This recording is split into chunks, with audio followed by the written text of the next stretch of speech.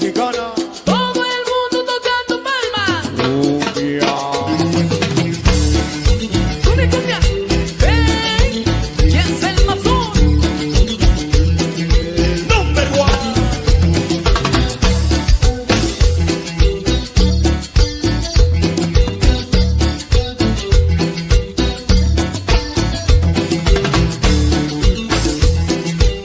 Señor Miranda.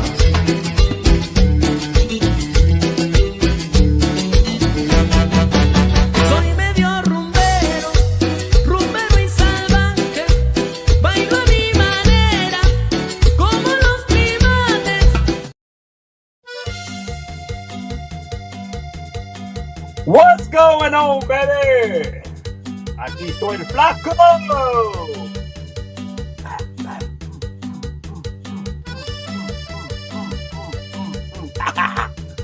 What's up, baby? How's everybody doing? How's everybody doing?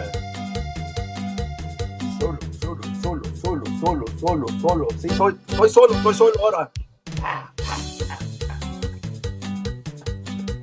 All right. Well,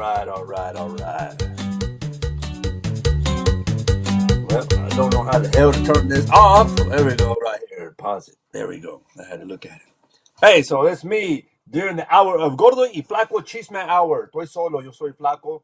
I'm waiting for our special guest today to come on. I don't know if he's going to come on or not. Let's see if he's on there or not. Oh, I think we can bring on Gordo here. He wants to come and say what's up off of his phone. He's having problems. His internet went out. So we're going to see if we can bring him on right here. Let me see.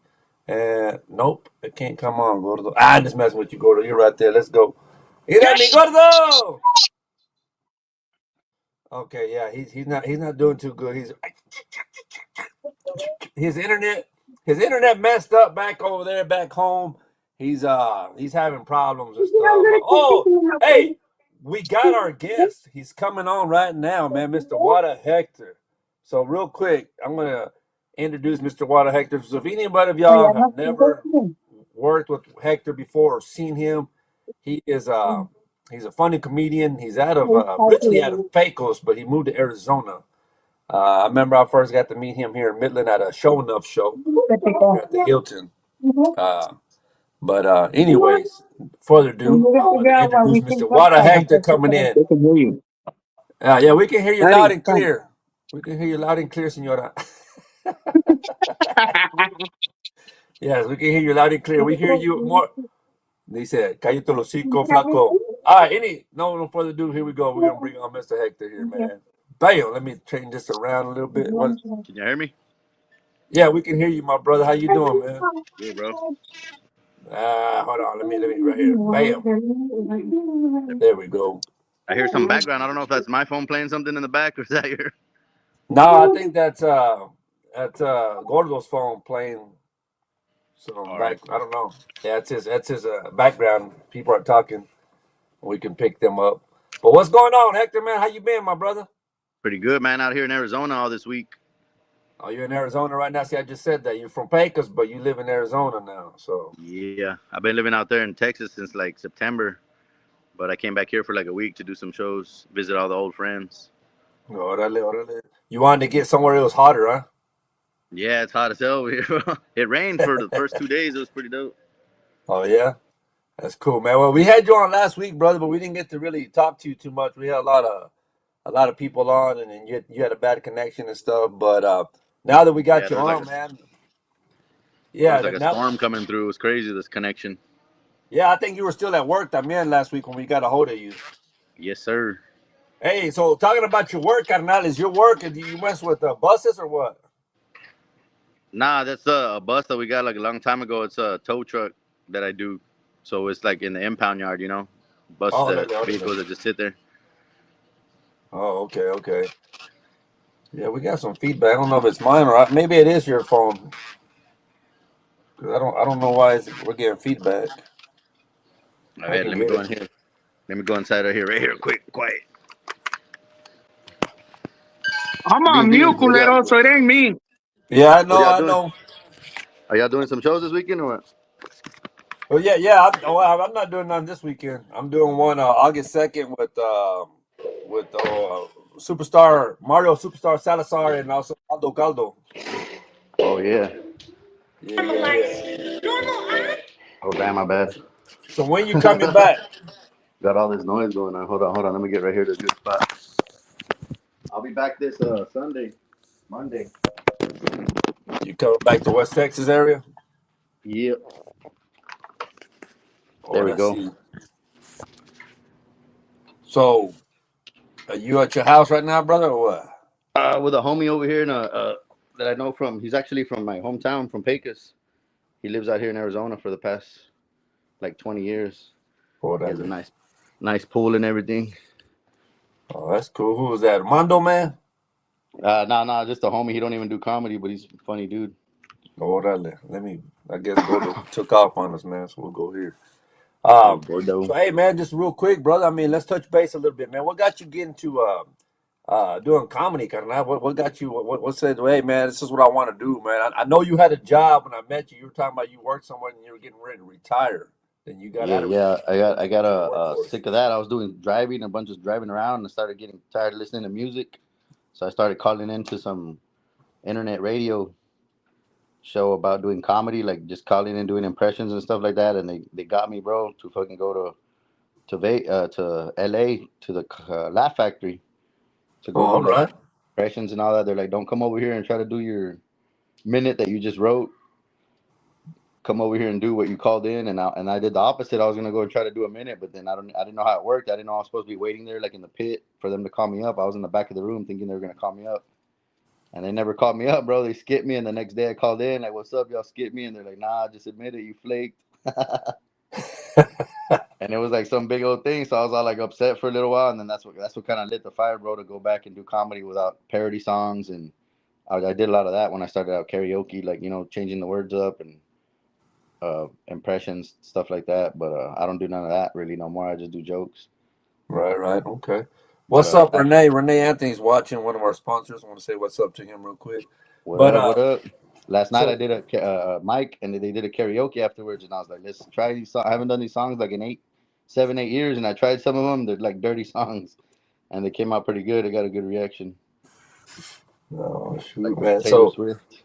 so you started kind of with just like rewriting songs and singing them yourself, putting your own lyrics in it, or what? Yeah. Orale. So when I first met you, brother, it was here in Midland, man. I gotta say what's up to my wife too. She's watching. She said hola, so I gotta say hi. If not, I'll be in What the up? What doghouse. up? Yeah, I can be in the doghouse, man. So I met you here in Midland, brother, for the first time, man, and it was pretty cool that I got a phone call the next day. I guess you had talked to Mondo man. That you had seen me. I worked with Mondo man before, Oh and yeah, I thought that Mando. was pretty cool, man. He's like, "Hey, man, you performed in Midland?" I said, "Yeah." He said, "Yeah, one of my boys was there, man. He performed too. One actor." I said, "Oh, yeah." And we took off from there, man. But and I've seen you a lot with Cecilia too. Do you still work with her quite a bit, or could y'all kind of went y'all separate ways for a little bit, She or moved what? back. She moved back to Arizona. So she was living out in Austin, and she moved back to Arizona now. I've seen her already a few times. Oh, We're gonna okay.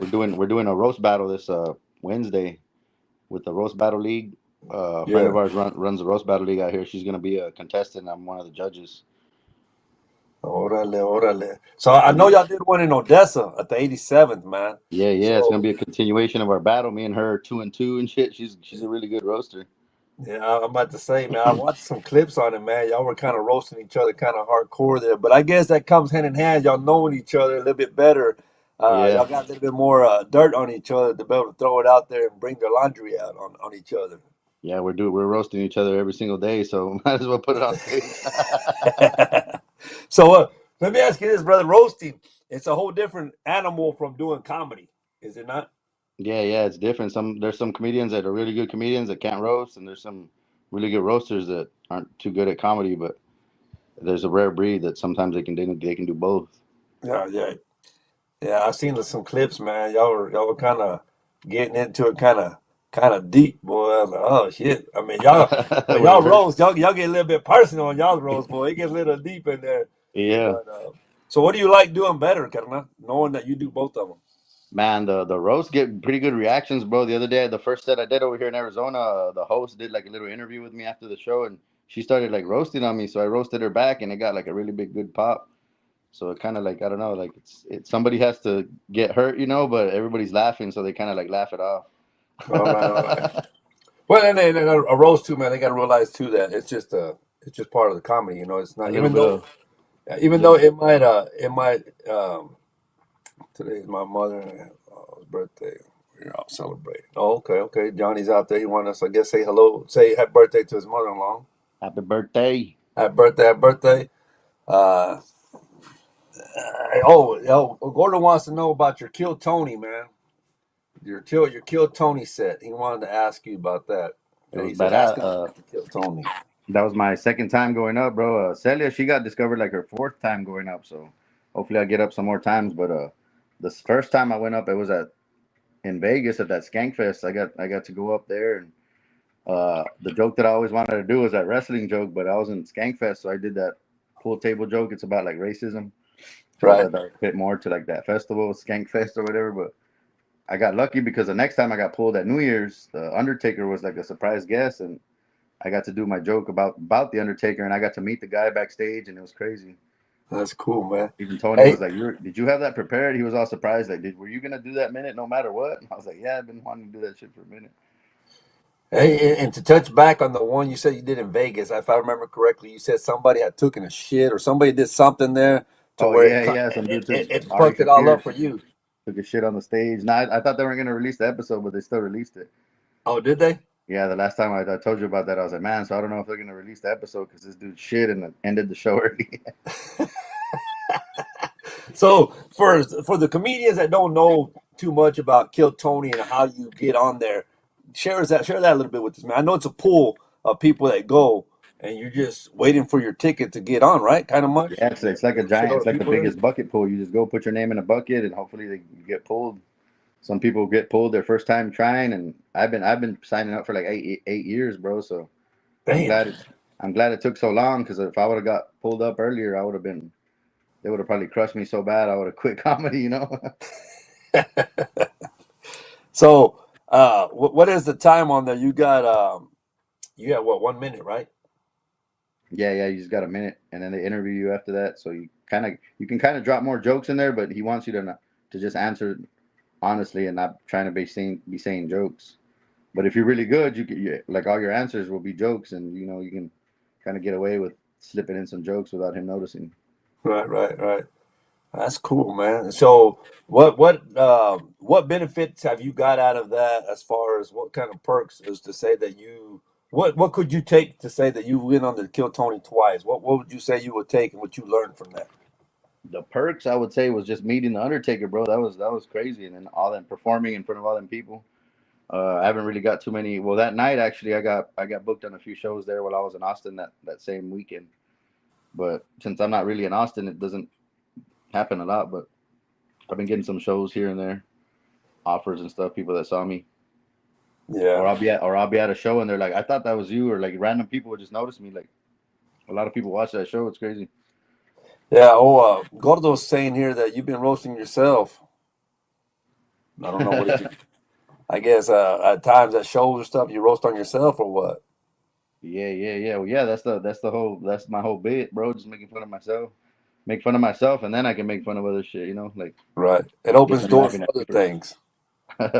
It opens Maybe he's doors talking for about I other did things. a show one time and it was all girls, like 20-year-olds, an audience full of 20-year-olds, like 30, 20-year-olds, and they're a dance team, bro. And I couldn't get them on my side. Like it was hard, like to relate. They didn't know any of my references were too old for them to understand. And then I was trying to like talk shit about myself, like I'm balding, I'm single, I'm going gray, and they were just like instead of laughing, they were going, "Aw," and they can telling me like have some more confidence. And I was like, "What's going on here?" Like that. I've never done a show where the audience was like not laughing, just being sad for me.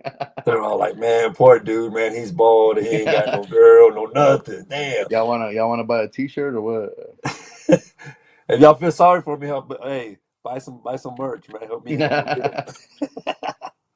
Yeah, man. So you do a joke talking about yourself and stuff. You had a joke when I first met you talking about you're a home buyer, that you're a first time a home buyer and stuff, and then you're talking about your RV that you live in. Do you still You still do you still talk about that a little bit as far as you living Yeah, in? yeah. I need to sharpen up that joke. So being back in West Texas, there's not as many open mics. So I've been out here and I noticed I did that joke, and it got a little rusty, man. I need to go back and put some more into it. That RV joke. 'Cause, yeah, I used to live in RV the whole time I was down here. Now I moved back to Texas. I'm not really living in it, but I still have it there.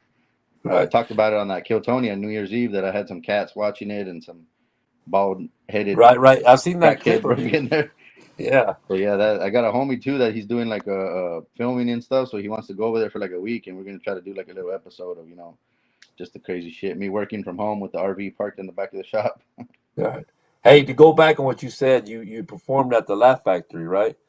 Yeah, Um, yeah. No, I didn't so get what? to, bro. I was supposed to, and I didn't get to. Oh, you didn't get to. Yeah, yeah. Oh shoot, My very first time on stage, I didn't get to get on the stage. damn it. Um, what would you say is your most memorable moment of comedy to say, man, this is one of my milestones that I've always wanted to perform here. Which I guess it'd be Kill Tony, right? I mean, guess Yeah, I like mean at that that's arena a big show. stage. Also over there at that Skankfest one. This the first Kill Tony, the second one. Those are some pretty dope ass ones. But also the years before at the Skankfest, I got to do some sets at the Skankfest, and I got brought up by some legends, Brian Holtzman. Like I got to go up around that dude and follow that guy, and he sang. I think it was in between me and Celia, him and Brian Holtzman, and it was pretty badass. Getting to go up with all these legends in That's cool. Vegas. That's cool, man. That's cool. Um, so how you said you've been doing it? What, 8 years, 9 years? Well, you Yeah, were going for about Kill 7 or Tony for 8. 8 years. What's up? So you're doing the Kill Tony for about 8 years. But how many years total have you have in comedy? Yeah, yeah. About the same time, I found out about Kill Tony pretty early, and I would try to go out to like Cali to do it, and they used to go on the road and do it. And I think they went out to. I went to one in Dallas. I went to one in San Antonio, Houston, Cali. They did one other one. A few in Cali. I went to at the Comedy Store. Órale, órale. And what would you for new comedians coming up and going, man? What would you give them advice to say, hey, man, this is what you should do, man, or this what you shouldn't do? Yeah, What would you there's this say? one. There's people that ask me, and the advice that I always give them, bro, is just get along with the other comics, bro. They're like your coworkers. There's some new comics coming up that want to like. They think that starting beef or whatever is gonna get them far, and they'll start talking shit about like the big dogs in the scene, and they think that throwing stones at the throne is gonna get them like more shows or something, but it's just gonna make you like people not want to work with you and shit. And it's like a job. Like sometimes you'll get a job, you got to work with somebody you don't like, but you're not gonna make a big ass scene and go post about them, right? Like treat it Right, like a right, job. Treat it like a job and work with people that, just because you don't get along don't mean you can't work with somebody. right, right, right. That's cool, man. Who would you say the biggest uh, comedian that you would like to work with again? Damn, probably That you Felipe worked with? Esparza, bro. I remember seeing him back in the day at a 8th Street Comedy Club. Back they used Rob Jenkins used to have that comedy club in the West Side. He did it for a little bit over there where La Playa was. There's a little club right there on 8th Street. But he Oh he yeah, did yeah, one yeah. out. He did one out on the West Side too before. Like there was one way out west. I think it's where the Far West Arena is, somewhere out there. And I saw Felipe Esparza one before. I even never heard of him. It was like 10 years before he ever popped. And he did it like a small room with like maybe 30 people, and I was in the front row, and that was the funniest shit ever. I was like, man, this dude's funny. And then years later, like 8, 10 years later, when I saw that dude pop finally, I was like, damn, I saw that dude when he was coming up, and it made me realize like the journey of it. Like you don't just pop overnight. Like you got to be Yeah. doing it for some time. And I think that's the hardest part. I mean, for me personally, is when you have a small room. I guess I like to compare it to when I was doing mascotting. Um, it's hard, man. I mean, when you don't have a big crowd, it's kind of harder to get laughs and entertain. But when you got a full room, you feed off of that energy. Well, I do anyway, and I feel like okay, I can go at it. But when you got a small room, man, it's I ain't gonna lie. For me, it's like, dang, this is challenging, man. I think the smallest we've done, I think me and Gordo, I think really, literally, it's like probably 7 people there, bro.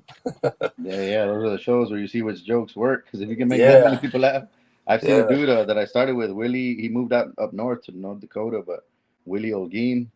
I'll never forget one time this dude went did a show at Monaghan's, and there was 3 people in the crowd. There was like a couple right up front, and maybe somebody standing off to the side. But he just started talking to this couple, and he had them just rolling for like, well, his whole set was maybe like 15, 20 minutes. He had them rolling. I was like, damn, he was just putting on a show for them two people, you know.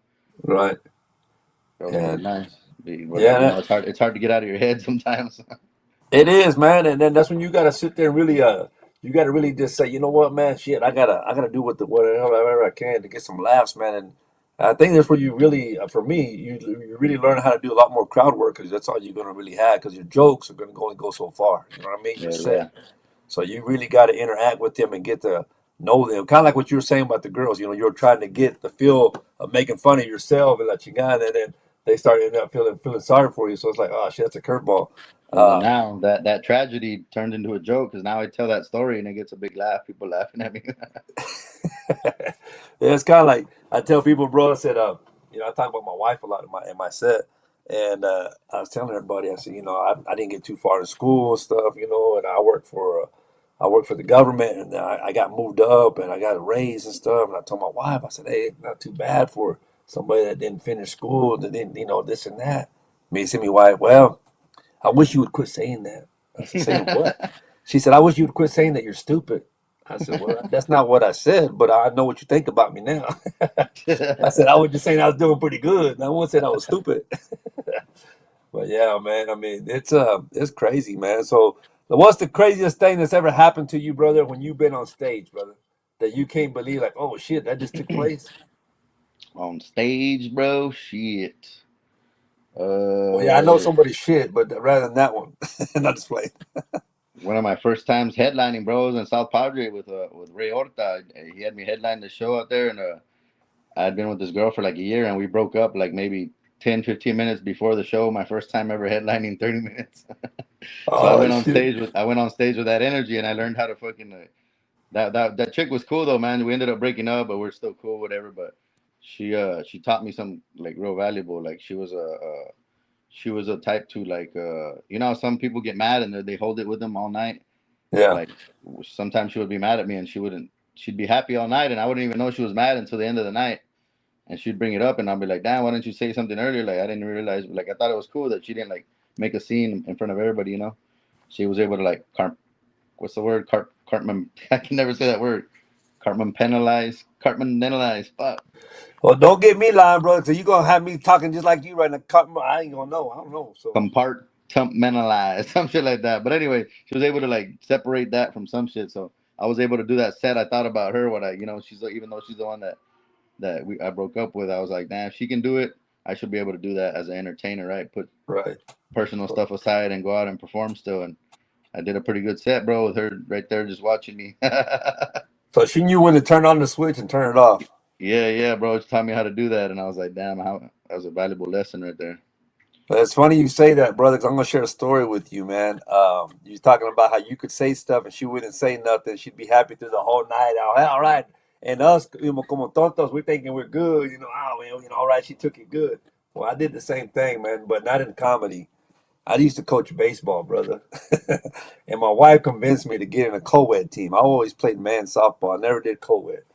Well, if you ever play sports, brother, it's a common thing. It's like, yeah, baby, all right, you did good. Hey, what's up, baby? That's what I'm talking about. The word baby comes out even towards the guy. What's up, baby? Come see me. Well, Yeah. I said that to a girl that got a good hit. I said, hell yeah, baby, give me a high five. Well, this girl, she wasn't bad looking. My wife didn't say nothing. We won and whatnot. We were high fiving everybody. Like you said, everybody was happy. We get to the house, brother. All you hear is the door. Like, who the fuck you calling baby? What? I said, what are you talking about? I said, nobody here. She said, nah, at the game, who the fuck you calling baby? I was like, I had already forgot about the moment, bro. I was like, what are you talking about? And she said, what's her name got on base? And you made sure you gave her a high five. Way to go, baby. I said, oh, come on, man. So, yeah, I know what you're talking about when they know how to turn it off and turn it on. Yeah. And it kind of throws a curveball, man, because you don't realize what the hell they're talking about at that moment because the moment done went by. You're like, what the hell are you talking about? Yeah, man, that's crazy, bro. That's crazy that happened to you. So you talking about going out there and performing with Raymond. Shine a little bit of light on that, man. I see a lot of people going down there and performing. I saw Juan Villarreal was down there this past weekend It looks like Yeah, a man, that's beautiful a venue, you need to man. go do it. Have you done it before? That little run? Nah, I've He has never like done it. a. Never have I gotten invited either. So I don't want to say, oh man, Ah, I just well, for sure. I'll throw your name out there. You gotta get like I don't know. I think he has somebody else booking it for him now. But yeah, bro, it has like three different shows. You can go do one show after the other, like three different shows in a row. So it's not just one, going all the way over there for one show. yeah. And it looks like he's got a. I mean, every time I've seen it, it's packed. I mean, Yeah, it's a the room badass out. It's a badass little spot right there. yeah, and He it's takes right on care the of you. beach there, right? Yeah, put you in a nice room right on the beach. Hell yeah, that'd be nice, man. That'd be nice, man. So when's your next show, brother? What's today? Tuesday, tomorrow. I'll Tomorrow. probably go Where check at? out some open mics while I'm here. There's like 7 open mics tonight. I can't hit them all, so I'm gonna go try to hit a few. But last night I sold a shirt at an open mic, bro. At You sold a shirt. an open mic. You still got your Whataburger shirts, the Yeah, yeah. Water Hectors. What the Hector? What the Hector? So tomorrow I'll be at the Improv, the Desert Ridge Improv up north, doing the roast battle leagues. I'm a judge on that, and that's a badass spot. The Improv up north. It's a new Improv they built, and then Thursday I'm doing a bunch of little bar shows here and there. I think the bar Dang. shows are paying better than the big clubs, bro. So far. Yeah. Yeah, yeah. How many shows would you say you do in a year's time, brother? Shit, I don't know, bro. I try to stay a little. I try to stay ever since I changed my name to What the Heck Tour. Like I was telling y'all last time, like Yeah. I've had it. I've like put it like it's kind of lit a little fire under me to keep something booked like at least every week, you know. So fucking at least like 52 shows a week, 52 shows a year minimum. Right. One something a week, sometimes two a weekend to make up for the ones I missed. But yeah, like 50 to 100 a year, I guess. Like a third of the year. Not too bad. Have you teamed up with Mondo since you've been down there? I know he has a show Uh, that he does. nah, I haven't seen Mondo yet. I think he has a show coming on too. He already had it booked out. But yeah, but I reached out to everybody, bro, over here, and I got like 8 shows booked in like a matter of like an hour or two, like just reaching out and to the main group of Arizona, like, hey, I'm gonna be there this week. Who got shows going on? And everybody just reached out, like, hell yeah, we got you. So it's badass over here. Everybody just throwing me on last minute shit. Yeah, that's cool, man. Like I said, I remember the first time I worked with you, man. I heard about you before actually working with you. Um, and then I ain't gonna lie, man. Like whenever I met you, I was barely getting into the game, so I was really nervous, man. I was like, shoot, man, I didn't want to go. I was nervous, man. I didn't know what to. I didn't want to socialize with too many people because my nerves were everywhere, man. I was like, shit, man. I I think I got to stay remember, bro. Was it focused. at the Midland at the Reserve when you had all kinds of people show up, bro? That was a good ass Yeah, show. That was the first time I seen you. I was like, man, who's this dude? I never seen him before, and he just comes out with the full little blast. horse. Hell yeah! Got a whole audience, everybody in the audience wearing his shirts. I'm like, damn, what's going on in here? Yeah. I put my shirts aside. I was nervous, man. That was all. I mean, that was all family, man. That was all family. But that's like I tell everybody, man. That's a big plus, man, to have a lot of love and support like that. Yeah, I had Uh, that happen to me at a Juan Villarreal show like that. It's still my main profile pic. All my family wearing all the shirts and shit. Like that's one of the best times that I had there in my hometown, performing in front of my parents and everything, and everybody there about it. It's like the most merch I've ever sold. yeah, that's funny, bro. Me and you almost got the same damn story. My biggest Yeah. one was with Juan Villarreal. We did it together at the Wagner, and everybody bought shirts that night. You know, everybody in my family, so and friends, and we have a lot. I have a lot of people that I work with, and dude, we had over like 20 and 30 people wearing my shirts, and I wasn't nobody. I was just somebody got like 5 minutes on the show for one. But I was just like you, man. Everybody was there wearing it. Like, who in the hell's Flaco? Yeah, So that was a badass show. Shout out Juan. I got some yeah, of his shirts too. yeah. Juan always, man, he gets down, man. I've been fortunate to work with him 3 times, and he gets down, man. He's a legend, brother. He's a one of a kind, man. And then my friend Aldo was on the show too. Aldo Caldo, he's my other hometown comedian homie. Yeah, y'all both from Pecos, right? Yeah, we're both from. We're trying to do that city for city, but we need a third person, and there's not a third comic from Pecos. I'm trying to think of like what we can do or somebody we can get. I want to make Celia live over there for a week so she can say she's from Pecos. There you go. There you go. So y'all gonna get into y'all gonna try to get into that city versus city. I think so. No, but I got some good news from Aldo the other day. He told me because he does musical stuff, so he tours Right. with Chris Perez band. He's in the Chris Perez band, and he tours with Louis the singer too. So they're going on this badass tour, and he sent me, and he's saying that they need like a bus driver, and he saw that I just got my CDL back, and that I, know how to do all that shit. So I'm considering going with them, bro. But I'm gonna have to probably put comedy on the back burner for a little bit, and just go city to city with these fools. Go experience that shit, get some jokes out of it, maybe. Well, yeah, but I think they did they. I remember seeing them at Dos Amigos one time where they did the concert in comedy.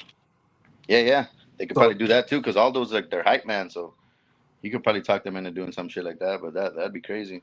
yeah, Get some new jokes for sure to yeah, you country can crowd. get you some new crowds and get you some time on there, man. And at the same time, be driving and going on the tour with those guys. Yeah, it sounds like fun, bro. I don't want to jinx. I don't want to announce it before it comes through and shit. I don't like doing that, but I'm just a little excited. I want to tell somebody. Yeah, yeah, yeah. No, that's cool, man. Shoot, I'll be praying for you, man. Hopefully that everything goes through. I know I'm going to be working with Aldo here in August 2nd. What's funny is the first time that they unscan, because I know that Louis was telling me, or Aldo was telling me that Louis watches Kill Tony a lot, and that they saw me at Skankfest, like, hey, isn't that your homie? And that they're reading the comments as they're watching it, and one of the comments said that I look like Louis the singer's bus driver. So I don't know if that got it in his head or whatever, but Aldo told him like, yeah, this would just drive. He has a CDL and everything, but that's crazy that that comment later it's coming out to be like, I'm gonna actually be the bus driver maybe. How long you been driving? How long you had your CDL, brother? How long you been driving? For a minute, bro. I barely got it back, but I've had my CDL since I was little, bro. Like fucking been driving trucks for a long time, helping my pops out, doing accident recovery, big Yeah. rigs. Shit, man. Mine and your stories, bro, kind of go hand in hand, man. Like I said, I mean, I keep hearing you talk, and I hear it myself. Uh, I have a CDL, man. I've had it since I was 18. I flipped one over at 17. Oh, for But real? we did dump trucks and stuff, Yeah, yeah. belly dumps and all that. And we did a concrete. I work for a concrete company. They're out of Pecos. Well, that's out of here, but we had a plant in Pecos, Choivine. I had to Uh, take my CDL test in a belly dump because I couldn't. If I would have took it in just the tow truck, like they're real long, the big semis, it yeah, would have been a class B because it's considered like a bus. You don't have the right. trailer combination. So we had a belly dump there, and I took it in a belly dump. It was like it had this extra extension out back, so it was hard to do the parallel park and measure it right, bro. It was like a pain, but I got it. That's cool, man. So you can go get your passengers and go drive a bus, hopefully. Yeah, I think if you have the A, it counts for everything else. If you have class A, you can drive all the other ones. Yeah, you still gotta get your passengers to get it better to haul because you got the people on the bus. Yeah, Yeah, I'd be considered as a passenger one. That's cool though, man. That's cool, man. but yeah, the So bus still works. We fired it up the other day. Everything is that still the one works. that was on the last week? The one you had there? Yeah. I put curtains on. We took it on a tour one time, bro. When I first started, we did a 5 city, it was a roast tour. We tried to do like 10 comedians. There was like 10, 12 comedians, and we were roasting each other. And we had different lineups every city, it was like made like a little tournament. But it was a big bust, bro. Only like one or two shows made a little bit of money, so it was like a big. It was when I left the oil field and I had a bunch of money saved up, so I threw it all in just comedy, bro, like crazy, and I lost a bunch of money, and I was like, you know what?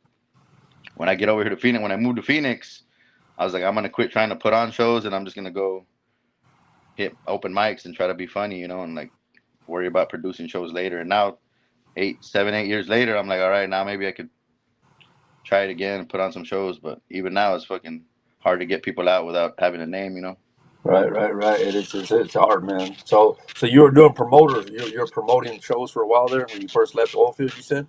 Yeah, when I first started comedy out there, my first year in comedy, that's a big mistake a lot of comedians make. They come in, they're like, nah, I'm just gonna produce shows and do it myself. But then it's a lot of work promoting, and you're not focusing on your material. So Yeah, unless you already have a lot of material, then you can focus on the promote. You got to focus on one. So can't be yeah, focusing yeah. on both. Damn, that's crazy, man. And I mean, a lot of people will do it because they feel like, well, if I promote my own, I get my own airtime. I get my own time. I can set up my own thing. But like you said, man, it's hard to do it when you don't have a big draw, a big name to draw in the people. You know what I mean? Yeah, A lot you of gotta, people don't want to go. And they're like, I don't know who that is.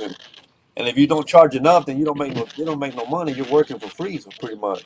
So you got to depend. Yeah, you got to depend on these promoters, and some of them are a little shady and they don't pay right, and some of Yeah, them are cool. hey, to shine a Graham little is bit of light badass. on that, man. You talked not too long ago about a guy that was shady, man.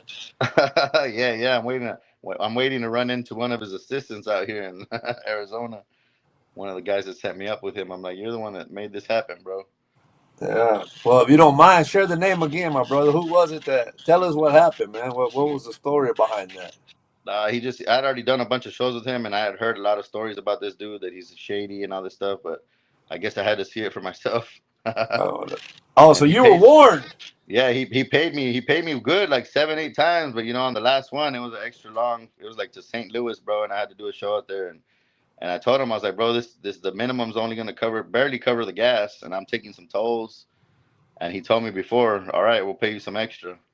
And then I get out there, and he pulls some shady shit with the tickets. He was all talking about that 10 people refunded tickets. So I had when I'm out there, I have to do the ticketing too. I got to check everybody in, and Right. then I have to take my own sound, all this extra shit. And I was like, bro, usually you don't have to do all. I was doing all the extra stuff, and he still fucking bitched. He was all like 10 people refunded. So at the end, there was 10 extra people in the show, and I was like, you refunded it, but these people still came. He's like, well, that's not. He wanted me to after the show to go back and take pictures of everybody in the shows that to take pictures of their tickets after the show. Like, let me see your ticket again. I need a picture in it. And if you're not on this list, I need you to pay. And I was like, bro, I'm not about to do all that shit. And it was already like I was headlining, so like when I saw the message, like half of the people were already, walking out. I wasn't gonna go chase them to the parking lot and shit. So we left it at that. And a month went by, and this fool never paid me. And finally, he just paid me like half of what he said he was gonna pay. And I was like, what's up? And he's like, nah, you didn't do. You probably. He's blaming me for keeping that money. He's like, you probably kept the money, and I was like, you motherfucker, bro. I was like, all right, now I know. Get a contract first, or Right. trust the Right. guy before you do some crazy shit. But it was a good experience, I guess, going out there. And I did a Route 66 and got to see Missouri and all this shit. He provided the rooms and all this stuff, so he had all his arguments that I could kind of see where he was doing it, but I don't know. His system of doing it was like jacked up, and Yeah, the way he talks to people just isn't cool. He was accusing me of shit, and I was like, bro, been nothing but honest with you this whole time. that's messed up, man. And where's he at, brother? I've never even met the dude, bro. He's just like some freaking dude. He books shows all over the country. It's a Ron Heron. He does Heron Entertainment. But I told him, I was like, bro, I'm gonna warn people about you. I ain't gonna, comics especially, like, don't be messing with this dude. Whenever I did that roast battle, bro, I booked I booked 3 different shows for on the same day, in Midland, San Angelo, and Lubbock the day after the roast. So all the comics on the roast, there's 12 comics, and I wanted them all to do a second show. So the next day I had, a second show lined up for everybody, and that's too many comics for one show.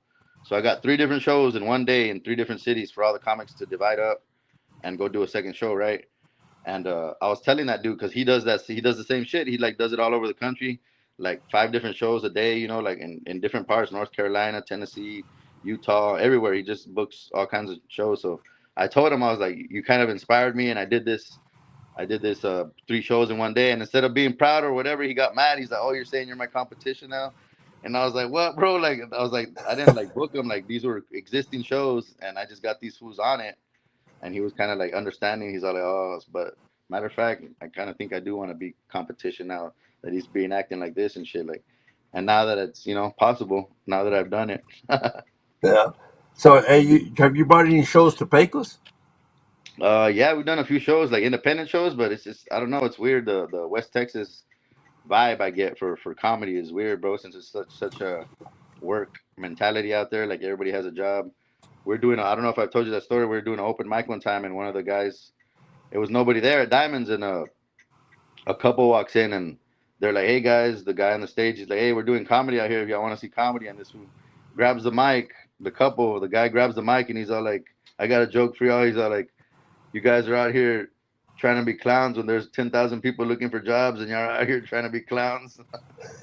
Like, people want to fucking, like, they're not gonna give money to people like that's kind of like a homeless person. Like, hey, give me $1 for a joke, Right. and everybody's just like, get a job, motherfucker. But a lot of people don't realize, man, we got jobs, fuckers. We're just trying to entertain. Yeah. That's why when I first started, I would go right after work, bro, in my boots and my FRs and shit, and get on stage like that to relate to the people. Yeah, man. It's and a lot of people too, man. They see us that we do like for example, people see you on Kill Tony. They've seen you on there twice. Some people, like you said, some people read us the wrong way and think we're bums that we don't. And that's what we do for a living. We ain't got no money, and we're just bumming. But then some people read us as, man, you came on Kill Tony, Hector. Shit, man, you got some money, man. You rolling in the dough, bro. You were over there with the big dogs. Well, Yeah, it's not that's even. not always the truth either. Yeah, it's A lot not. of Some people of the don't spots ain't realize. even paid. Yeah, Yeah, it's a long road, bro. Especially in comedy, like you got to do a lot of weird spots. Some of them don't pay. Like that one, that dude fucking ends up being a bust like that, but it kind of evened out. what I'm kind of was your glad I. what was your weirdest show that you ever done? And you're like, fuck, I didn't get no reaction here. Like, man, I don't know, man. Like, I've had something like that to where I get there and I'm like, okay, shit, I ain't getting no feedback. I ain't getting nothing. What would be your worst one to say, fuck, if I had a chance to redo that one again, what would I do different? What would you say? Where was that at? Right? I don't know. That's happened a few times, bro. Especially when I first started, but it always happens. It happened the other day, Sunday.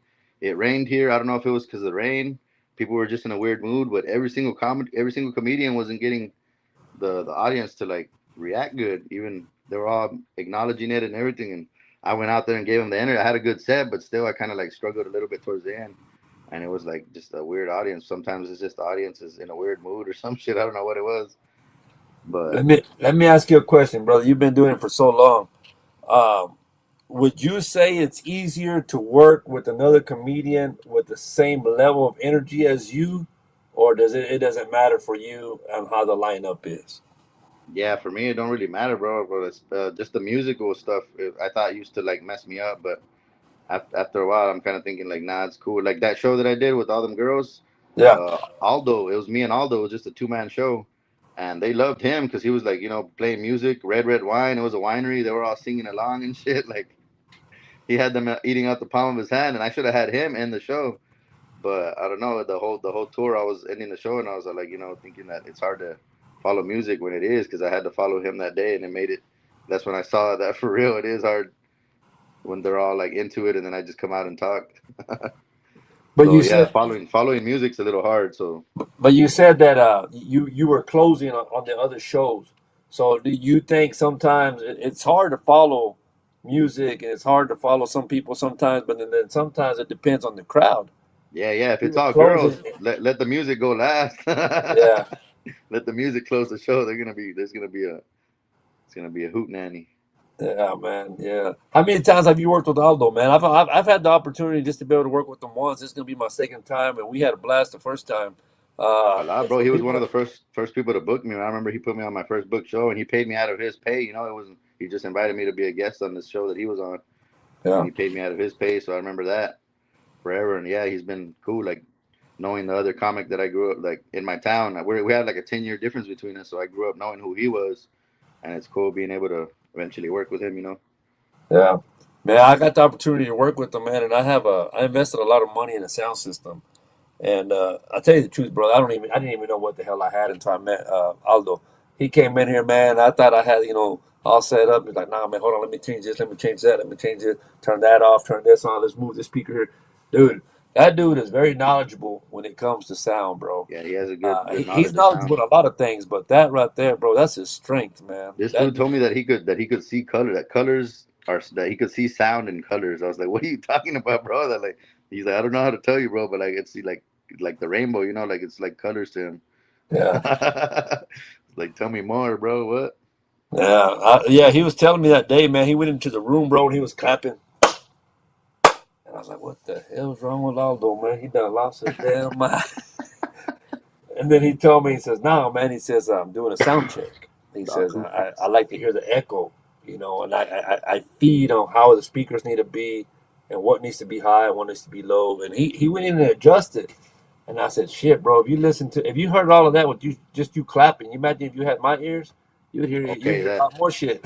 that reminds me of a show then, a bad show that I did now. I was out in Cali and I was doing a winery and it was like an L-shaped room and it was another two-man show and I went up first and we had two speakers and I don't know why we didn't set both of them up. It was like 90 people.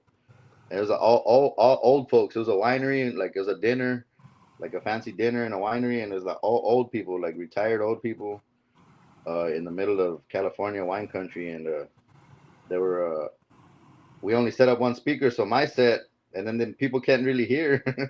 So like my set, I was going through it, and like I could tell that they couldn't hear me, man, and I was just struggling through it, and it was hell. And at the end of my set, they're like, "Good job, but we could barely hear you."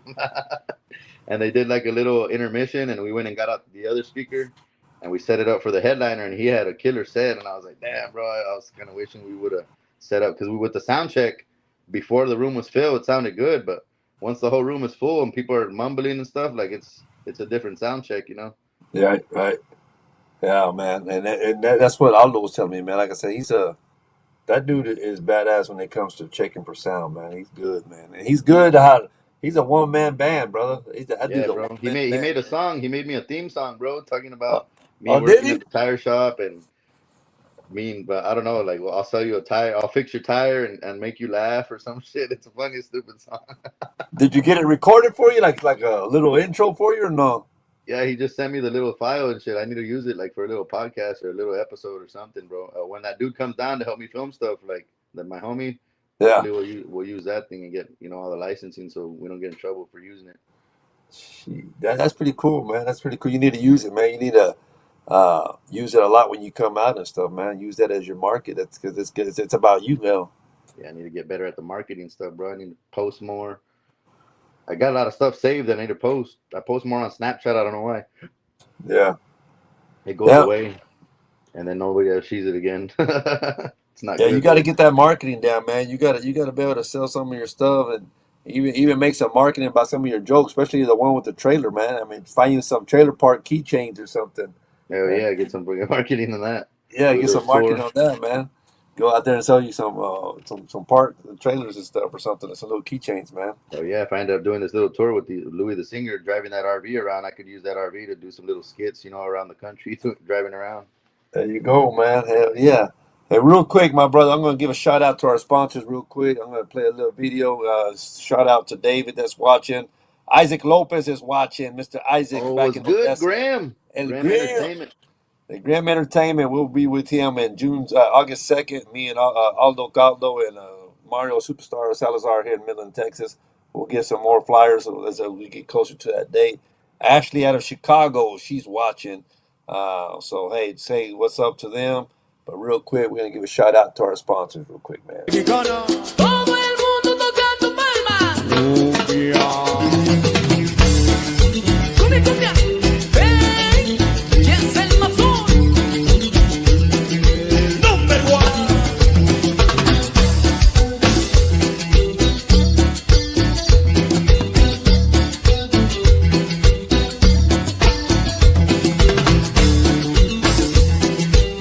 Señor Miranda.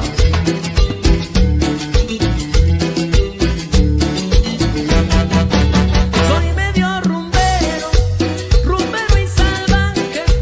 Bailo a mi manera, como los primates. All right, all right. I had to throw that out there real quick for our I was sponsors, jamming. man. Do what? I was jamming. Yeah, man. We jam out, man. Hey, so I remember working with you at the 87, man. We got to work again, brother. That night was a good night that we had there at the 87. That was with Juan as well.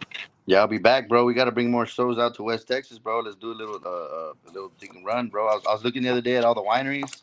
Like I'm telling you, this dude made me look up, like because he was mad that I was booking stuff in my own zone. I was like, bro, you got your own stuff going nationwide, and you're mad at me for booking stuff in my own territory, and it made me look up more maps, and I saw a map of all the wineries in West Texas, and there's a line of them, bro, going from Amarillo, Lubbock. It goes all the way down, so it's a good run of shows that we could do if we want to hit all the wineries.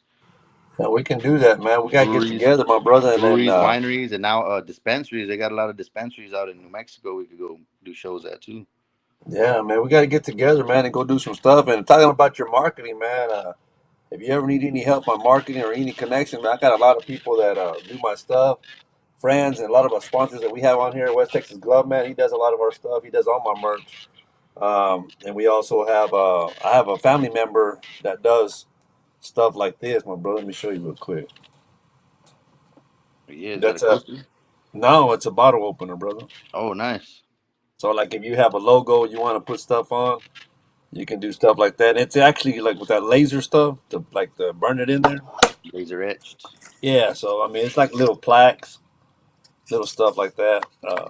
There's a lot of stuff, man. So you want to get, you have any questions about that or anything you want to get into, my brother? So let me know, man. I got a lot of connections when it comes to the marketing place, man. As far as getting stuff done, made for you, For and sure. stuff like that, man. To be able to get your name out there, because I mean, I'll be honest with you, bro. A lot of the times, my merch, brother, pays me more than what I get paid for the show. Yeah, right. Yeah. It's a good little bonus. Yeah, man. I mean, there's sometimes I walk out of that show with 200 or 300 bucks, more than what I would have gotten paid at the show, But then there's sometimes I don't sell nothing, I just sometimes I don't. It just depends on how the crowd is, man. It all depends. I mean, and it's funny because where I least expect to sell anything is where I sell, and where I Yeah, for try to sure. sell the most, I don't sell nothing.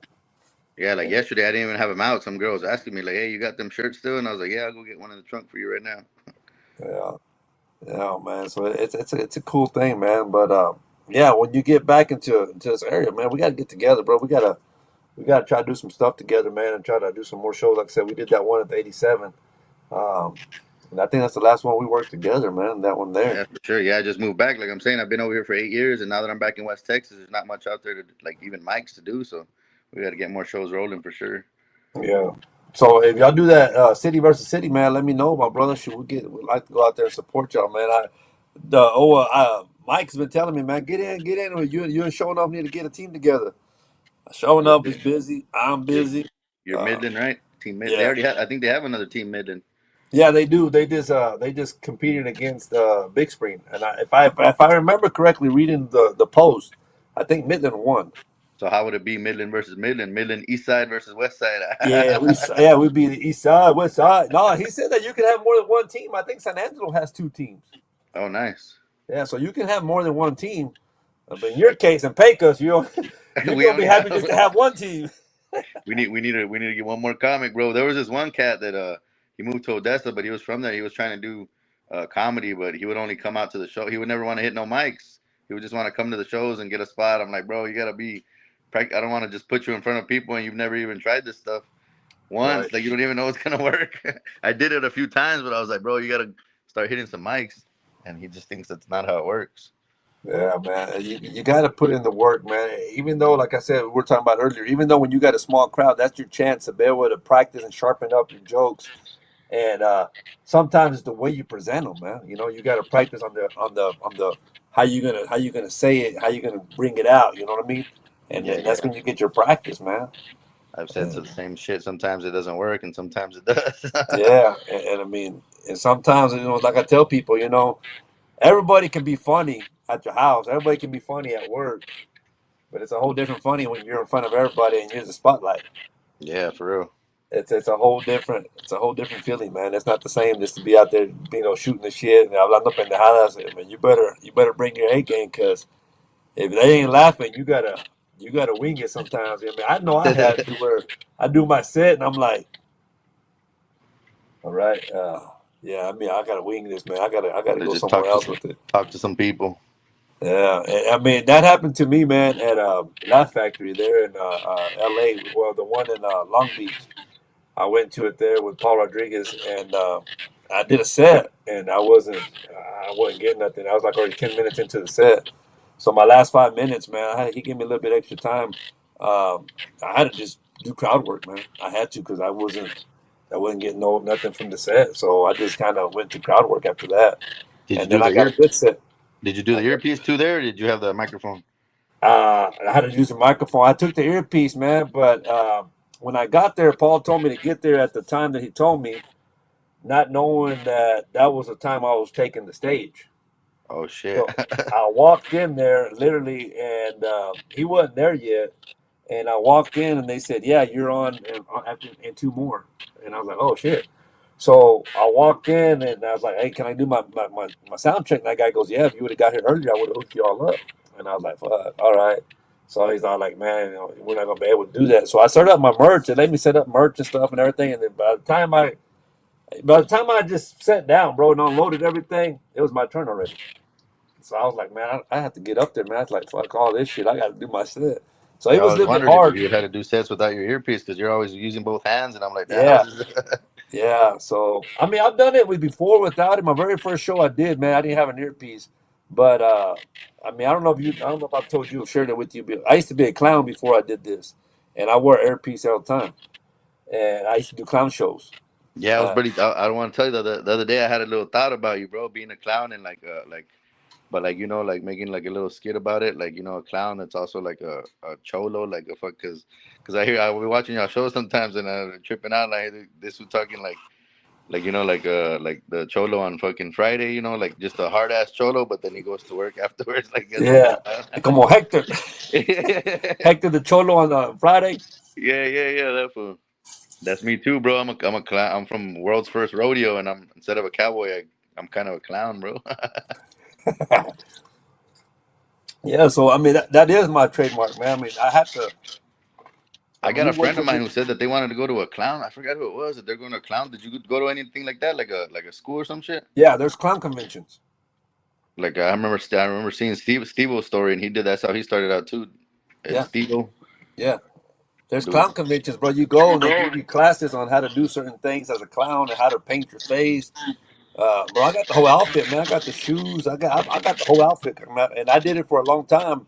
What Uh, about have you ever gone to any of the ICP, the Insane Clown Posse, the gathering of the Juggalos, where a lot of people show up as clowns? Now my wife has though. They did. Yeah, Yeah, that's crazy. The bigger that's kind of like that Skankfest yeah, adjacent. Like they do kind of crazy shit like that too. yeah. So it's big, and I didn't know that, bro. I didn't know that until we got into it, and how I got introduced to it. Once again, doing my mascot and stuff. We I did mascotting for the minor league of the Oakland A's for the Rockhounds, and then I went to Frisco, did some there, and I did an all-star game for them there. And then somebody told me, man, hey man, you interact really well, bro, as a mascot. You don't even talk. You're funny. Why don't you get into being a clown? And I was like, nah. And then when they told me how much they pay, bro, being a clown pays good money. Oh yeah, I bet, It, bro. They it, it fucking pays book your good ass. money. You get paid about. I'll tell you how much they make. They make about 150 an hour for a party. You There, get yeah. two clowns, that's $300 for one party for 1 hour. That's good feria. And I started doing that, man. And I started doing my little. I would throw like a comedy show, and I would just talk pendejadas, man. I would clown on people there. And my Yeah. wife said, "You need to quit doing that. We're not gonna get busy. People are gonna get mad. They're not gonna book us no more, bro." It was opposite. We got busy, and then all of a sudden, I told her, "You know what? I want to take it to the next level." So I threw it out there, and then my very first show was with Stephen Michael Casada, a promoter that he does MMA. He was getting into the comedy world, and I did a show for them as a clown. He said, "Hey, bro, come out here and do a comedy show." I'm like, nah, bro, nah, it's just different, man. He's like, nah, you can do it, and boom, it took off. Oh yeah, bro. But yeah, man, I mean, doing a clown work. I actually I had a private party this past weekend, bro. It was 16, and they told me we want it clean though. We seen your comedy, we want it to be clean. And I was like, oh shoot, that's gonna be hard. And I thought about it. I said, well, you know what? That's not too hard, man. I just go Yeah, back yeah. and do my clown set. So that's what I did. I went back and I did what I did as a clown without painting myself. And it was funny because you've been to LA, right? You've been to LA. So what do you see on the side of the road of LA when you go down Hollywood Boulevard and all that stuff? And what do you see all The, on the side? all the people dressed up and shit. You mean like the No, all the homeless costumes? people. Oh yeah. All the homeless people in the tents. So this party, bro, it was a Hollywood themed Sweet 16. So everybody had to dress up like ballroom, bro. Everybody came in on the red carpet, like fregado. And I had my spotlight, and I was hitting everybody as they came in. So when they came in, they all sat down and stuff, and then they were gonna get ready to eat. And they said, "Hey, man, I think it's time. We want you to do comedy right now. Everybody's eating." All right. So I went to the back. They had a room back there. I changed. And that's about me, man. I like to get into character on what I'm going to be talking about. So they said they wanted me to get dressed up because it was Hollywood themed. Well, guess what I did, Heck? I went back there and I put the most wrinkless pants I had on. I had one pant up in the air with my socks showing. I had my coat all dirty. I had an old coat, tie on. I walked in, bro. You should have seen their face. They're like, "What?" Because that's not the way I showed up. I showed up dressed up. Then when I walked in, like, what the hell? And I said, well, I told them, ain't this a Hollywood theme? Yeah. Well, I don't know what Hollywood y'all go to, baby. I said, but the Hollywood I went to, this all I saw was homeless people. I said, we got to bring it to real life. So I just started ragging on everybody, man. I just stayed in that. I stayed dressed up as a bum, but it was good, man. I mean, it was hard for me to do it, but I killed 45 minutes. I didn't even realize they wanted 30 minutes. I killed 45, and Damn, that's I good. kept it very clean, man. I kept it clean. So, and then they do all of that kind of. They ask for it clean, right? So I'm like, okay. And then there was a pasture there, so I couldn't cuss. I couldn't say nothing, you know. And I was trying to keep it clean. And then I DJ also, so I have my system and stuff, bro. The mom comes up during the Violet and she requests a song. She requested the song "Back That Ass Up." And she didn't want the clean version. I was all like, "What happened to the keeping it clean, man?" I said, Right. y'all done drank some, or y'all already gotten good, or what?" She That's how it started was in that, laughing. that show that I keep bringing up about all them white girls that I had to be clean, and I could hear them whispering like stuff, like laughing to themselves, and I was like, "Oh, you guys are lucky. I have to be clean because I couldn't even fight. Like I had my arms tied behind my back. It was crazy." And talking about that, man, it's weird because you know I know it's not. You don't want your whole set to be cussing the whole time because you want to be funny. But a lot of times, like I don't know, for me, like things that you say in Spanish, it's funnier when echas una madre, you know, hey, la chingada, it just comes out funnier. El chiste does. I don't know why, but it does, you know? Yeah, there's this cat that I ran into yesterday at the open mic. He does comedy in Spanish, and he's trying to come over to English, you know. And he was even saying during a set, man, this is not the same saying this joke, but I'm gonna try it. And he tried to translate it. And he's like, all right, I guess it's not the same. And I was hearing it in my head like in Spanish. I was like, I can see where that has like a little it hits a little different, but you got Yeah. to kind of word it a little bit different. Yeah. And I mean, sometimes some of the jokes that we do in English, bro, I mean, they're good, but if you don't want them to sound corny, I guess you have to give a little cuss word here and there. You gotta beef up the story a little bit. You know what I mean? Yeah, for real. You gotta beef it up. If not, it just, I mean, it don't come out funny, man. And hey, with that being said, brother, where do you like a lot of your comedy? Would you say it's life related or is it stuff that you write? Yeah, it's a bunch of life stuff, bro. Stuff that I see and shit that I go through.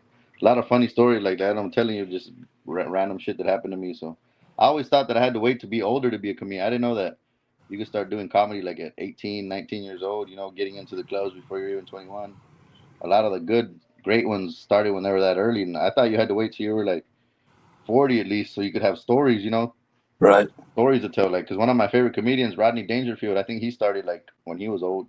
He popped when he was older. I don't know how long he was doing it, but I think he stopped for a long time and then he came back when he was already like older and it's a different character and you already got more experience and shit and got actual stories. You know, that's what I thought comedy was, where you got old stories. You're telling an old person telling stories, but now they got young cats just with their observations and stuff. You know, they Yeah, haven't yeah. lived much life, but they got observations. Talking about young cats, man. Next week we're gonna be fortunate to have Ralph Barbosa and them here at Wagner. Him and Renee. No, oh, for real? I didn't even know. Yeah, they're gonna be at the Wagner Saturday. Damn, that's badass. A lot of my friends have been, that Ralph Barbosa. They've been telling me, who's that guy? You need to get on a show with him. And I was like, yeah, all right, I'll try. Yeah, he's gonna be at the Wagner Saturday. I got I'll tickets, send him. man. I'll send him an Instagram, see if he replies. Yeah, he's gonna be in town, man. So you get a chance. I don't know if they. I know we got tickets through somebody that was trying to sell them because I think they said they were sold out, but I'm not sure. Don't hold me to that. But yeah, they're doing that tour about Kim Flores. Yeah, That yeah, tour, that butterfly effect. So that's the tour they're doing. It's coming to Midland. It'll be here Saturday, man. Talking about this. young cats. We're talking about young comedians. Oh, this Saturday, huh? Yeah, this Saturday. Well, no. Yeah, no. Hold on. I'm lying. I'm lying. It'll be June The 7th. 14th. The 14th. Oh yeah. So I'm gonna try to make it then if I'll be there. Yeah, it'll be the 14th. It'll be the Saturday before Father's Day. If anybody got tickets, help me out. Yeah. No, I'm lying, Chinga. Hold on. Let me look at the date, brother. Oh, here they are. No, I'm sorry. It's June 8th. June 8th. So it is this Saturday. Saturday or Sunday? Sunday. It's Yeah, I Sunday. think it's a Sunday. Yeah, June Yeah, 8th, Sunday. Sunday. June 8th on a Sunday. That is right. Is this Sunday? That's when he's Yeah, going to be here, man. Talking about young cats, brother. How old are you, Carlos? I just turned 40, bro. That's what 40. I'm saying. When I first started, I think when I first started comedy it was like around 30 when I started entertaining the idea, like doing that calling in, but I didn't really start stand up till like a few years later when I started thinking about it. So 8 years maybe, but yeah, when I started, I was like, man, I was telling myself I can't wait till I'm 40 because that means I'm gonna be like at least 10 years in, and I'm gonna be, have a lot. It's gonna be another level. I thought if I stick it out, and sure enough, I stuck it out, and you just get better along the way. Yeah, yeah, man. Hey, when you did your first show, brother, and you first got uh like the the feel, like when the first time somebody came up to you and said, "Hey, man, I want to take a picture with you, man. I want to get your autograph, bro." How was that feeling? That was crazy, bro. It happened pretty early. We did a show. I don't know. It was a hat that we were wearing or taking around, and she wanted me to sign her cowboy hat. I was like, "What?" Some chick. She was all excited when I signed it. I was like, "What? You don't even really know who I am." Just because I made you laugh and shit.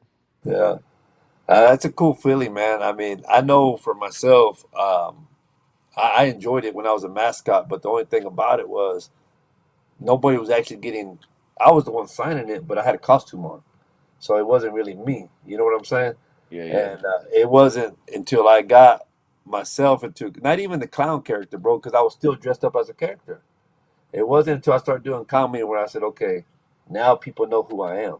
I've Yeah, been in yeah, the for industry real. for a while, but I've always had a costume or I've always been impersonating someone else. I've never got to do for me, for my name. Yeah, I didn't think about that. Yeah, and when I first did it for myself, I was like, you know what, it's badass, because I know when I was Rocky, man, and I was doing mascot, and bro, I did it for so long, I signed so much stuff. It was funny, dude. We have a kids day, and I was signing so many balls and stuff, baseballs and stuff. Like, here, baseball cards and stuff. And on one of them, I got so tied up, and I don't know, my mind went blank. I put Danny Vasquez. The kid took off. All right, he signed this, and he's gonna be sadly disappointed when he gets home and it don't say Rocky. They're gonna be like, "What the hell is that?" Who But signed my dang poster? yeah, man, it's like, who signed my poster, man? But nah, man, that's the reason I ask you is because I know the feeling. I mean, like I tell people, sometimes, don't get me wrong, we do it for the money too. We do need the money. We need the support. But man, that feeling to know that somebody supports you, somebody thinks something about you. You know what I mean? Like they think like, man, this dude's cool, man. I want to get a picture with him. That's a cool Yeah, feeling, bro. I bought a white Sharpie to sign shirts because and then that Sharpie that I had, I don't know that story that I told on Kill Tony where that white bald headed girl was in my RV. That's the Sharpie she used to write all over my walls, bro. Backfired. Shit. Why did I leave that in there? Oh man, I thought you were gonna say you got a white Sharpie if you can sign black people. This guy. Yeah, I'll tell you a little joke about what I did one time, and I say this because I have a lot of friends that are black people, and I work with them, and they think, man, you're crazy as hell. You don't hold back. Um, we do face painting, and they called me for Juneteenth. They said, hey man, we're gonna need a face painter, man.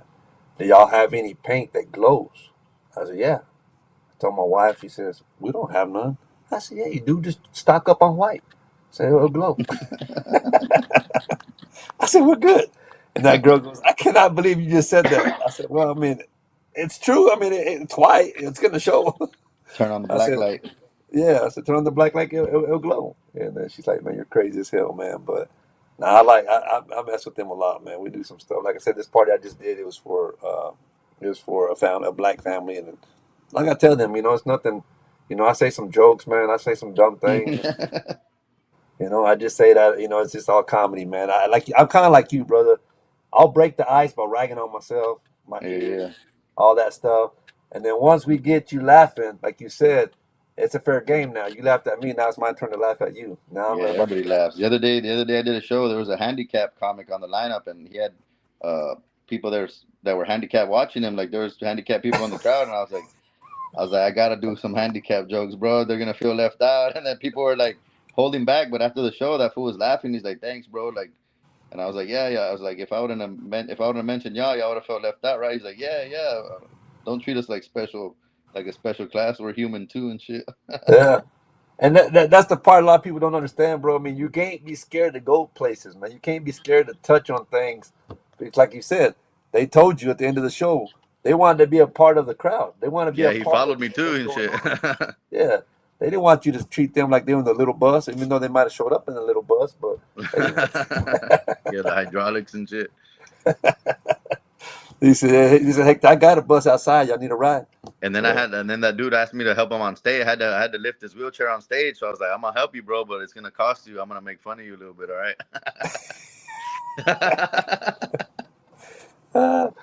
oh, talking about making fun of handicapped people, Mike Shields, Mikey Mike, he had a show. We had a small lady on there, and I go do the sound for him, bro. And they said, she says, "Well, you're tall." I was like, "Yeah, everybody's tall to you, but yeah." And she's like, "I need you to be my elevator." I said, "Elevator?" She said, "You're gonna put me on stage." She said, "All you gotta do is put your arms out, put them underneath me, and bend down and come up, and you better put me on." And I was all like, "What the hell?" So I told her, I said, "Ma'am, I hope you don't mind, but I'm gonna record this." She said, "Go ahead." I For gotta show you the insurance. video, man. I picked her up, and I was like, and then she tells me, "But you have to get real close, get up on my back side." I was like, "Oh, okay." But man, it means, like I said, like you're ragging on them. Uh, I mean, I felt weird. I was like, well, I got to rag on this lady a little bit, man, while she's here. Isaac said, "Pinche wada Hector." I guess he's laughing about your joke right now, bro. What you're talking about the handicapped people. He's on my Facebook. He's not on this one, so I'm reading the messages off my phone as they Now, come. what happened, He's bro? watching. The joke was that I went to the restroom and I didn't know that this dude was handicapped at first. So I saw that somebody was in the stall taking a shit. So I was like, all right, cool. Somebody's in the stall, but I had to take a piss and somebody left their phone and their wallet like on the sink, bro. Like, I was like, damn. And it's the ghetto side of town. I was like, who's this guy so trusting to leave all his stuff there and he's just going to take a shit? And I was like, cool. I just ignored it. I took a piss. And then when I was washing my hands, I felt like I was being watched. I was like, is this fool watching to make sure I don't steal his, like from the toilet? Like, because I felt the door was cracked. And then I looked, finally, when I finished washing my hands, I turned around and it was that handicapped dude, but he looked like he had fallen out of his chair and his head was on the wall. Like, I guess he was trying to get toilet paper and shit. And I was like, damn, bro, you good? You need some help? And he's like, nah, I don't need no help. So I was like, all right, bro, I'm not, I didn't want to be like, trying to fucking help him if he don't want to help. And I walked out of there, bro. And that's the story I told. And nobody laughed, bro. But I was like, well, fuck it. I'm going to help him on stage later. But I was tripping out. They don't have no handicap bars there. And he came up and made fun of it, too. So I was like, hell Yeah. yeah, bro, you good sport. And when I found out he was a comedian, I was like, oh, hell yeah, I got to tell this story now. I did a party as a clown, bro, for a coworker of mine, and he told me, he said, "Hey, bro, when you get there," he said, "I'm gonna point to a crowd of people." He said, "Those are my in-laws." He said, "Rag on them." I said, "All right." He said, "But for real." I said, "They ain't gonna get mad." He said, "Nah, man, they ain't gonna get mad." He said, "If they do, who cares, man?" I said, "All right." So I did the clown show, bro, and I'm doing the like little skits for the kids and just silly magic dumb stuff. And then I get into the adult, I started to rag on people. And I'm ragging on the whole group, and everybody's laughing and just going along and then whatnot. And we did a skit where it had to do with somebody dancing. So what I would do, I would get everybody to participate in clapping. And I saw that crowd, not everybody was clapping. So I went to I was just messing with them the whole time, bro. And I kept telling them, "Hey, what's wrong? Let's go. Everybody got to clap. Everybody got to participate." Well, everybody was except one girl, and she was standing behind everybody. And I saw, I was like, okay, she wants to be hardcore, she's not gonna participate. She's got a little cara there. Nah, I'm not gonna do nothing. So I go all the way back there. Like I said, I wore a mic, bro, like I do on the stage. I went all the way back to where she was at. I said, "What? You too good to clap? You ain't got no hands?" Well, when everybody moves out of the way, bro, she's got no arms. Man, I felt bad, bro. I was like, oh shit. And I look at that homeboy and he's laughing, bro. I was like, bro, you set me up, man. I was like, you could have stopped me before I went. You could have made a seña like, "Hey, ya, déjala, kill it." No, I walked all the way back there and I said, "What, you too good to be clapping? You can't clap? You don't got no hands or what?" I get this. She didn't have none. I was like, oh. I said, "Damn, my bad." I didn't know. I didn't even know how to get out of that one. I said, shit. But hey, clap your I have a bad habit, bro, of doing that. I had clap this your homeboy of legs. mine. He showed up to work at night, and we always talk shit to each other. And I told him, "Damn, bro, I said, what happened to you, man?" I said, "You look like you got tore up." You drink a lot last night? So you look like shit, way. And I was just ragging on him in front of everybody in the break room. Bro, he tells around and tells me, my dad just died. Damn. I was like, oh, shit, man. I was like, hey, man, so we're going to go get burritos or what? I was like, how the fuck do I get myself out of this one, man? But yeah, I've always put my foot in my mouth quite a few times, man. I'm like, son of a bitch, I shouldn't have said nothing. Yeah, bro. But I hey, learned man, early over there in West Texas. I almost got jumped one time for a black joke. When like I said, I was started doing funny songs, and one of the songs I did, La Camisa Negra by Juanes, yeah, but I made it La Panocha Negra. But it wasn't about a black girl. It was about like a Mexican girl where like I don't know if you ever seen like nasty videos where it's like it don't match. Like it's a little bit right. darker right there. That's what I was talking about. Like a Mexican girl, but her coochie was black, and they misheard it, bro. Some dude misheard the song, and all these fools showed up all mad. Like, what were you saying about black women? I was like, nah, that's not how the words go, bro. I don't know how I talked my way out of that shit, but I learned early, bro. I was like, yeah, there's something you gotta let them know what you're talking about. Yeah, you got to translate it in English for them, man. Yeah, yeah. She said I didn't like that shit, but it Yeah. happened there in Odessa, man. I almost and then they were like, you can't. We're gonna be waiting for you outside. The mall security came and broke it up, and it was some old dude. I was like, this dude ain't gonna do nothing. Some four big old dudes came in out of nowhere, and they didn't see the show. They just heard that something was going on, and the guy that called them had already left, so they didn't even know what they were mad about. And they were like, "We'll be waiting for you outside, Hector." And at the time, I was driving a tow truck, one of them big ass tow trucks, and it said Hector's all on the side of it. So there So was I no went outside, denying like what you looking were under the fearing. tires. I'm like, "Are there fools hiding under here and shit, waiting for me?" Yeah, well, you say at the mall. Where'd you perform at the mall? At Chelsea's or the what? Nah, at the bar 10. Remember they used to have the open mic. I don't know if you ever did the open mic there. That's where when I first started, there was a every week Wednesday nights And it at was the inside the mall? bar 10. Oh, okay.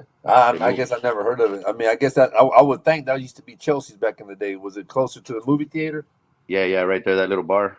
Okay, so yeah, so But that used to be Chelsea's pub back in the day, like a they restaurant. moved But they moved bar 10 out to over there by the OC, and I think they want. I heard that they want to do some comedy shows out there. I just haven't been out there to talk to anybody yet. oh, okay, okay, But yeah, they yeah, used to do a lot of comedy stuff there. That was one of the best roast battles that we had there at the bar 10. that's Good cool, man. memories there. So you spend a lot of time in Odessa, I guess. Yeah, yeah. I used to live there in Odessa for a minute.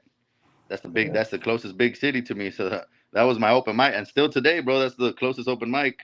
Now that I'm back in West Texas, it's every Monday at Diamonds is an hour away, I and then think they're every doing other. one at the VFW too, don't they? Yeah, yeah, well, yeah, they do that one every month. Yeah, I think once a month. Mike Yeah, does it so or somebody does. I don't know who does it, just but that, bro. We need another open mic at least. Shit. yeah, we need to do something, man. We need to put something together, or at least do once a month or something, man. We got to. I know Isaac is watching, man. Isaac needs to do something for us, man. He's the promoter. He's got some hookups. We get a bar out there that'll do a little open mic where they'll, people come out and have some random people sign up. Maybe find some new comics in West Texas. There you go. Hey, you might find one from Pecos, brother. He might come down here and be the man that you need to be able to complete that Right. team, city We need versus that city. third man from Pecos. If anybody's watching and you want to do some comedy, man, hey, give Hector a call, man. He needs somebody out of in Pecos. Pecos, Texas. I'm thinking about Pecos, Texas. writing some jokes for my little niece and making her do some comedy. There you go. There you go. If anybody's out there picking cantaloupes and you're telling jokes in the field, hey, bring it to the field. Bring it to the stage. Your melones. Yeah, bring your melones and get it. That's cool, man. When our hours has come up, brother, we're at a time. We actually went over 19 minutes, man. But I want to tell Yeah, you, brother, thank you so much, man, for coming on, and it's always been a pleasure talking to you and doing shows with you, my brother. for sure, Uh, bro. I'll be back in Texas this week, next week. So I'll hit you up. We'll get something rolling out there. yeah, hit me up, man. Like I said, and we can get something going, man. We can work together or try to put something together and do a show or something, man. We can do something in the summertime. Stay busy, man. Yeah, for sure, bro. Hey, Good talking to you again. I actually got a family reunion coming up, brother, and I might even we're talking about entertainment. So if that's something that the family agrees on, I don't want to perform there because I mean it's all family, but You're right. I'll bring in other people to come perform, man. Get y'all some time and go out there. I know it's gonna be 100 plus, 200 plus people, and it'll be at the class act. So Nice. Yeah, so we get something going. If everybody agrees, man, I'll give you a holler, man. You come down, you're in the area, come get you some time, man, and do some jokes. Yeah, let me know, bro. I'm down. I'm gonna hit some open mics here while I'm in Arizona. Now that I got some time to do them. Now that when I get back over there, ain't gonna be no more open mics, so I might as well get some practice Get in all while I'm you here. can while you're there in Arizona. Yep. All right, brother. Well, peace out, man. You have a good night, brother. We'll see you on the next one, carnal. All right, man. Later. Take care. All right, later, brother.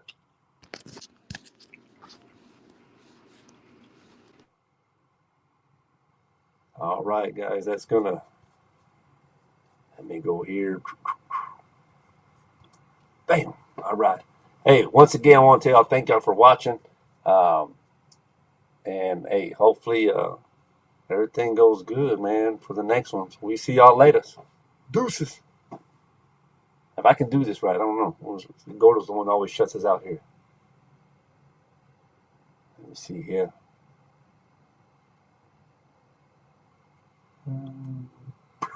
Something's happening.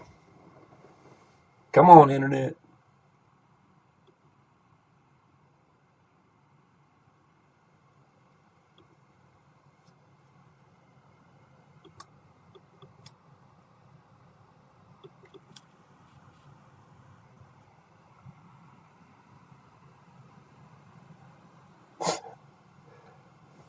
Y'all know I don't do this all the time. Gordo's the one that does this stuff. I'm trying to close it out, and it ain't closing.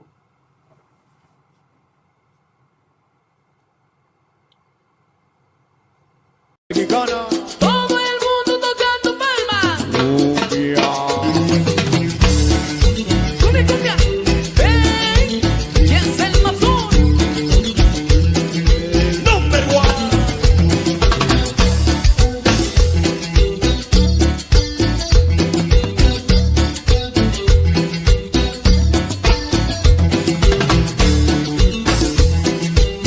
Señor Miranda.